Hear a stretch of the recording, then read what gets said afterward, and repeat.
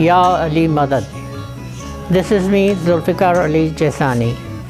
We are pleased to bring another series of lectures under the title Ya Ali Madad. Hope you will enrich your understanding about the topic. Please give us your suggestions and feedback. It is very important for us. Thank you.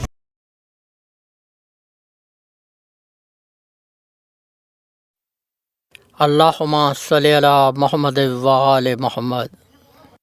کرم کی ایک نظر ہم پر خدا را یا رسول اللہ، تم ہی ہو بے سہاروں کا سہارا یا رسول اللہ. غریبوں کے ہیں داتا، بے کسوں کے آپ والی ہیں. محبت آپ کی دل میں ہے لیکن ہاتھ خالی ہے. ادھر بھی اپنی رحمت کا ہو اشارہ یا رسول اللہ. کرم کی ایک نظر ہم پہ خدا را یا رسول اللہ. پکارا ہے مدد کو یا نبی ہم بے گناہوں نے. پکارا ہے مدد کو یا نبی ہم بے گناہوں نے. تمہارے در پہ جا کے بھیک مانگی بادشاہوں نے. ہمیں بھی آسرا ہے بس تمہارا یا رسول اللہ. کرم کی ایک نظر ہم پہ خدا را یا رسول اللہ. بنے بگڑی ہماری ہم بھی ہیں قسمت کے ماروں میں.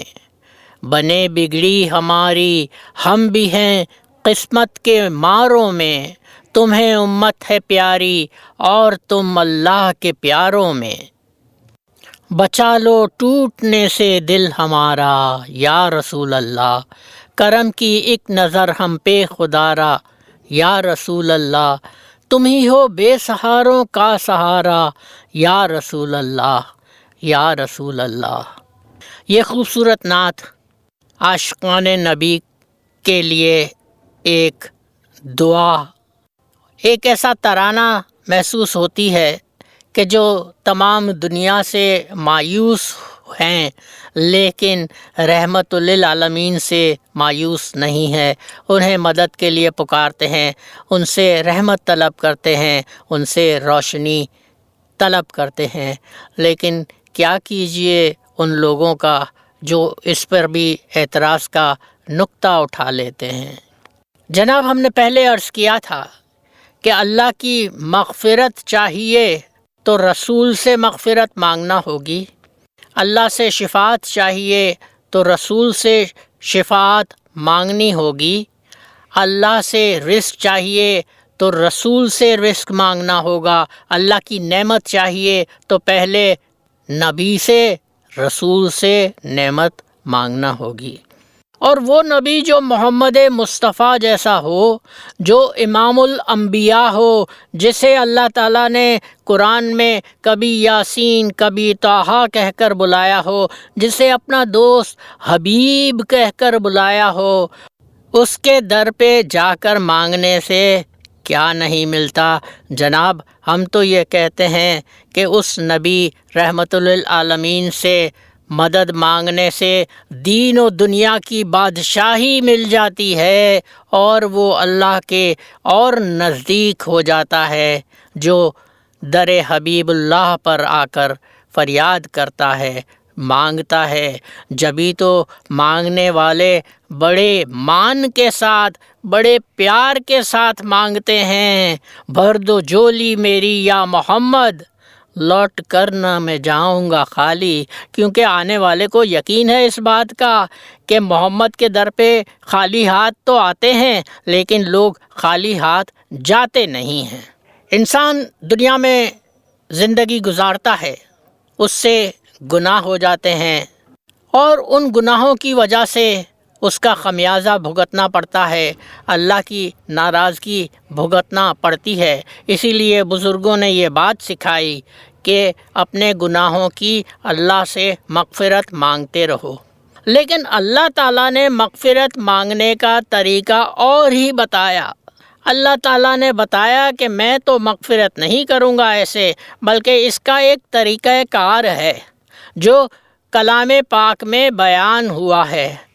لو اذ ظلموا انفسهم جاؤک جو لوگ اپنے نفس پر ظلم کرتے ہیں گناہوں کے ذریعے، فاستغفر اللہ، انہیں چاہیے کہ وہ اللہ سے مغفرت مانگیں، واستغفر لہم الرسول، اور اللہ کا رسول بھی ان کی مغفرت مانگے، لوجد اللہ تواب الرحیم، تو تم اللہ کو بہت توبہ قبول کرنے والا اور رحیم پاؤ گے، یعنی اس کی مغفرت ہوگی۔ تو اللہ کی مغفرت اس وقت حاصل ہوگی، گناہوں سے مغفرت اس وقت حاصل ہوگی جب آپ کی مغفرت کو، آپ کی توبہ کو، آپ کی معافی کو رسول خدا، حبیب خدا قبول نہ کر لے اور وہ آپ کی مغفرت کے لیے التجا نہ کرے۔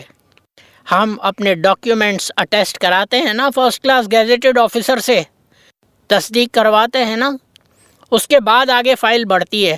تو جناب یہاں بھی فائل آگے بڑھانی ہے تو پہلے محمد سے اپنے گناہوں کی معافی مانگو، محمد سے دور سے نہیں، محمد کے پاس جا کر اور اپنے گناہوں پر نادم ہو اور محمد سے مغفرت مانگو، وہ معاف کر دے گا تو اللہ تعالیٰ بھی معاف کر دے گا، کیونکہ وہ توبہ قبول کرنے والا ہے اور نہایت ہی رحم کرنے والا ہے۔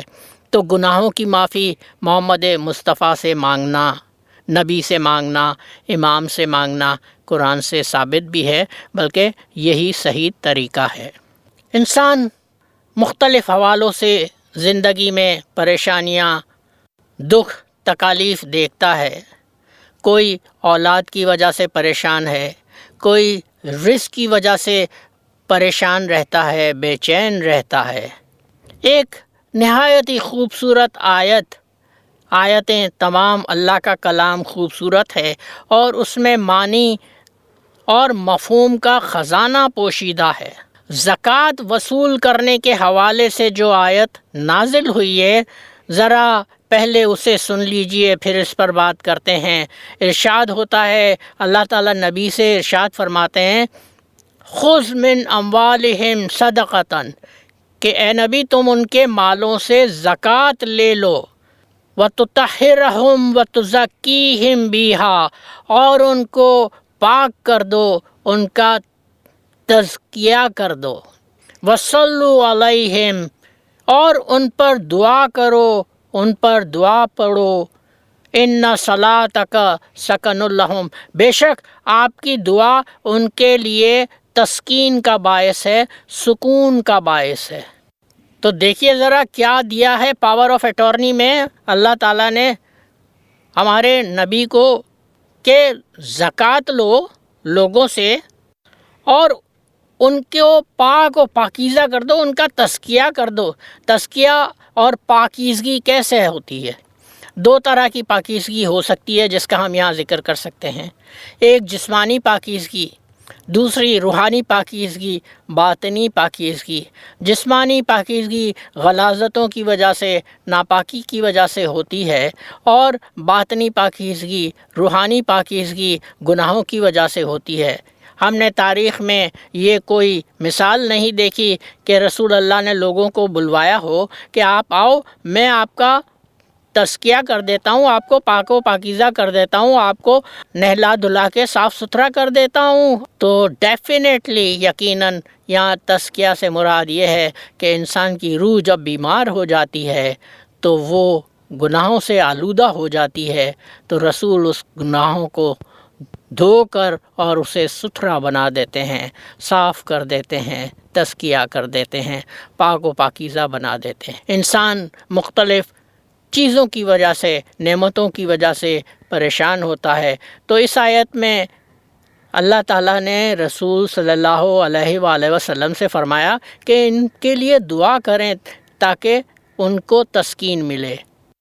کوئی اولاد کی وجہ سے پریشان، کوئی رزق کی وجہ سے پریشان، کوئی بیماری کی وجہ سے پریشان، ہزاروں قسم کی مشکلیں ہیں جو انسان کو بے سکون رکھتی ہیں، اور جب رسول اس کے لیے دعا کرتے ہیں، اس کی رزق کے لیے دعا کرتے ہیں، اسے رزق عطا ہو جاتا ہے، اس کی بیماری کے لیے دعا کرتے ہیں تو اسے شفا عطا ہو جاتی ہے، اس کی اولاد کے لیے دعا کرتے ہیں تو اسے اولاد عطا ہو جاتی ہے۔ اس کی کوئی حد نہیں، کوئی لمٹ نہیں، جو بھی نعمت چاہیے مانگتے جائیے اور رحمت للعالمین سے وہ چیز ضرور حاصل ہوگی، وہ نعمت ضرور حاصل ہوگی، کیونکہ خاتم النبیین اذن یافتہ ہیں، اللہ کی طرف سے بھیجے ہوئے ہیں۔ تاریخ میں مختلف مثالیں موجود ہیں جو ہماری ان باتوں کی تصدیق کرتے ہیں، انڈورس کرتے ہیں۔ ان میں سے چند واقعات یہاں پر پیش کرنے کی سعادت حاصل کرنا چاہتا ہوں، آپ تمام اہل علم اور اہل نظر لوگوں کے لیے ایک خصوصی ہدیہ کے طور پر پیش کرنا چاہتا ہوں۔ حضرت محمد صلی اللہ علیہ وآلہ وسلم اپنے حجرے میں رہتے تھے۔ حضرت ربیعہ بن کعب جو ایک صحابی تھے اور ان کا شمار اصحاب صفہ میں ہوتا تھا، وہ حضرت محمد مصطفیٰ کی خدمت پر مامور تھے اور رسول خدا کی چھوٹی چھوٹی ضروریات کا خیال رکھتے تھے، وضو کے لیے پانی لے کر آتے تھے۔ ایک رات انہوں نے رسول کو وضو کروایا، ان کے لیے پانی لے کر آئے۔ میرے نبی ان کی اس خدمت سے اتنے خوش ہوئے کہ فرماتے ہیں، مانگ ربیعہ، کیا مانگتا ہے؟ اس کی خدمت کا صلہ دینا چاہتے ہیں۔ اب ہم تم جیسا ہوتا تو دولت مانگ لیتا، سونا چاندی مانگ لیتا، لیکن وہ سچے صحابی تھے، اصحاب صفہ میں سے تھے۔ فوراً انہوں نے بتایا، یا رسول اللہ، میں تو چاہتا ہوں کہ جس طرح اس زندگی میں آپ کے ساتھ ہوں، جنت میں مجھے آپ کا پڑوس حاصل ہو، آپ کے ساتھ ساتھ میں رہوں جنت میں بھی۔ میرے نبی نے کہا، جا، تجھ کو یہ بات عطا ہوگی اور جنت میں تو میرے ساتھ ہوگا، میرے پڑوس میں ہوگا، لیکن یاد رکھ کثرت سجود سے، عبادت سے تم میری مدد کرنا۔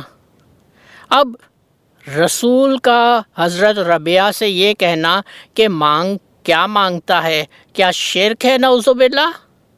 کیا رسول واقف نہیں تھے کہ ایاک نعبد و ایاک نستعین، صرف ہم تیری عبادت کرتے ہیں اور صرف تجھی سے مدد مانگتے ہیں؟ تو پھر رسول اللہ نے یہ کیوں کہا کہ مانگو، کیا مانگتے ہو؟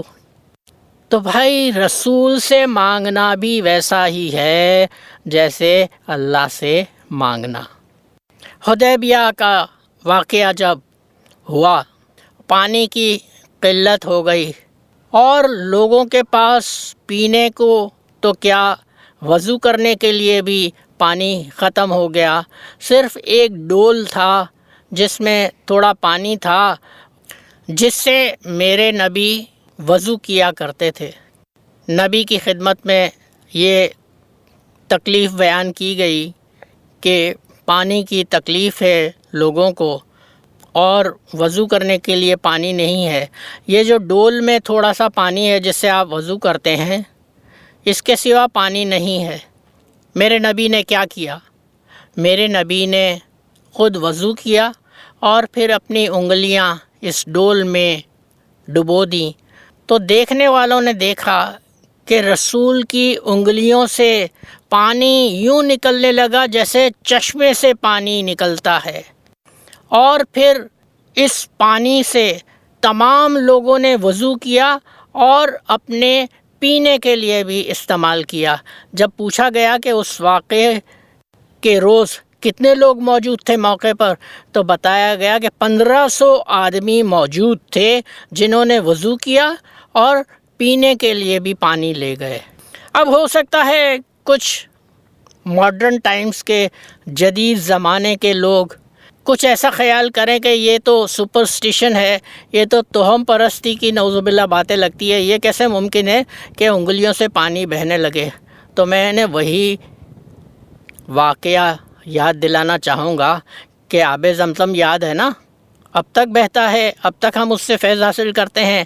حضرت اسماعیل کی ایڑی لگنے سے وہاں سے چشمہ جاری ہو گیا، تو میرے نبی کی انگلیوں سے اگر پانی بہنے لگا بِإِذْنِ اللہ تو اس میں کوئی نئی بات نہیں، میرے نبی اس سے زیادہ بڑی کرامت دکھا سکتے ہیں۔ اللہ کے مختلف ناموں میں ایک نام الشافی بھی ہے، شفاعت دینے والا۔ حضور صلی اللہ علیہ وسلم نے ابو رافع کی طرف مہم کے لیے ایک جماعت روانہ کی۔ ایک صحابی عبداللہ بن عقیل گھوڑے سے گر پڑے اور ان کی پنڈلی کی ہڈی ٹوٹ گئی اور انہیں سخت چوٹ آئی، سخت تکلیف میں مبتلا تھے۔ جنہیں کبھی فریکچر کا سامنا ہو وہ اس تکلیف کو محسوس کر سکتے ہیں، اس کا اندازہ لگا سکتے ہیں۔ انہیں جب رسول خدا کے پاس لایا گیا اور انہیں بتایا گیا کہ گھوڑے پر سے گرنے کی وجہ سے ان کی پنڈلی کی ہڈی ٹوٹ گئی ہے، نبی نے فرمایا اپنا پاؤں آگے کرو، اور جس جگہ پر انہیں چوٹ لگی تھی وہاں رسول نے اپنا ہاتھ پھیرا، انگلیاں پھیری اور زبان سے کچھ دعائیں پڑھتے رہے۔ ان کی وہ چوٹ بالکل صحیح ہو گئی، اور عبداللہ بن عقیل فرماتے ہیں کہ اس کے بعد زندگی بھر انہیں وہ تکلیف محسوس نہیں ہوئی۔ رسول نے شفا عطا کی، صحت اور تندرستی عطا کی۔ حضرت عثمان بن حنیف ایک واقعہ بیان کرتے ہیں جو حدیث کی مختلف کتابوں میں درج ہے کہ وہ رسول اللہ کے ساتھ ایک مجلس میں بیٹھے تھے کہ ایک نابینا شخص کو لایا گیا، جس نے رسول کے پاس آ کر نبی سے عرض کی کہ میں نابینا ہوں، میری رہنمائی کرنے والا کوئی بھی نہیں، آپ میری بینائی کو واپس لوٹا دیں، میری بینائی آ جائے ایسا کچھ کریں۔ حضرت محمد مصطفیٰ دو عالم کے سردار، انہوں نے بتایا کہ جیسا میں کہتا ہوں میرے پیچھے پیچھے تم اس بات کو دہراتے جاؤ، اور رسول نے اسے دعا مانگنے کا طریقہ بتایا کہ اے اللہ، میں تیرے حبیب، تیرے نبی محمد مصطفیٰ کے وسیلے سے تجھ سے سوال کرتا ہوں کہ میری بینائی لوٹا دے، اور اے نبی، آپ اللہ کے حبیب ہیں، محبوب ہے، میرے حق میں دعا کیجئے کہ اللہ تعالیٰ آپ کے وسیلے سے، آپ کے توسط سے میری آنکھوں کی روشنی لوٹا دے۔ حضرت عثمان بن حنیف بتاتے ہیں کہ ہم ابھی اس مجلس سے اٹھے بھی نہیں تھے کہ وہ نابینا دیکھتا ہوا، اس کی آنکھیں روشن ہو گئیں اور وہ دیکھتا ہوا، اللہ کا شکر ادا کرتا ہوا، نبی کا شکر ادا کرتا ہوا چل کر اور اکیلا کسی سہارے کے بغیر مجلس سے رخصت ہوا۔ تو مانگنے والے کو بہت کچھ ملتا ہے محمد کے در سے، در مصطفیٰ سے مانگنے والے خالی نہیں لوٹتے۔ حضرت ابو ہریرہ سے روایت ہے کہ غزوہ تبوک کے موقع پر اناج ختم ہو گیا، زاد راہ ختم ہو گیا۔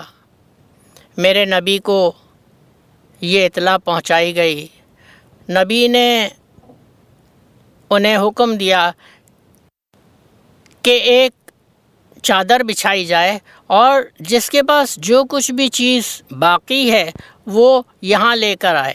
کوئی ایک مٹھی بھر کھجور لے کر آیا، کوئی ایک مٹھی جوار لے کر آیا، کوئی روٹی کے بچے کچے ٹکڑے لے کر آیا، غرض تھوڑا بہت سامان اس چادر پر جمع ہو گیا۔ اب اللہ کے پیارے نبی امام الانبیاء نے اس پر دعا پڑھی اور سب میں یہ تقسیم کر دیا، اور اس میں اتنی برکت ہوئی کہ جتنے بھی لوگ تھے وہ اسے استعمال کرتے رہے اور اپنی بھوک مٹاتے رہے، اپنا پیٹ بھرتے رہے، اور اس میں برکت ہوتی رہی اور وہ ذخیرہ کبھی ختم نہ ہوا، اور پوری مہم کے دوران اس سے فیض ملتا رہا اور صحابی فیض حاصل کرتے رہے۔ جناب فہرست تو بہت طویل ہے، واقعات تو بہت زیادہ ہیں، کہاں تک گنواؤں؟ میری زبان نہ تو اس قابل ہے، نہ میں اپنے آپ کو اس لائق سمجھتا ہوں کہ تمام مثالوں کا احاطہ کر سکوں۔ میں بھی تھک جاؤں گا، آپ بھی تھک جائیں گے، لیکن ذکر مصطفیٰ کی برکتیں اور رحمتیں ختم نہیں ہوں گی۔ اس سے بڑی اور کیا بات ہوگی کہ اللہ سے محبت کرنی ہے۔ ہم سب دعویٰ کرتے ہیں نا کہ ہمیں اللہ سے محبت ہے، تو اللہ نے اس کا بھی طریقہ بتا دیا۔ ڈائریکٹ مجھ سے محبت نہیں کر سکتے، مجھ سے محبت کرنی ہے تو رسول کے پاس جاؤ۔ قل ان کنتم تحبون اللہ فاتبعونی، اے رسول یہ جو دعویٰ کرتے ہیں کہ اللہ سے محبت کرتے ہیں، کرنا چاہتے ہیں، ان سے کہو کہ اگر تم اللہ سے محبت کرتے ہو تو میری پیروی کرو۔ تو ہم تو رسول خدا کی پیروی کرتے ہیں، اور رسول خدا کی تابعداری میں ہماری زندگی چلی جائے، ہماری جان اسی عقیدے پر نکل جائے، اس کی ہم دعا کرتے رہتے ہیں۔ اللہم صلی علی محمد وآل محمد۔ Thank you for watching. Please subscribe to our channel for future updates and videos. Thank you.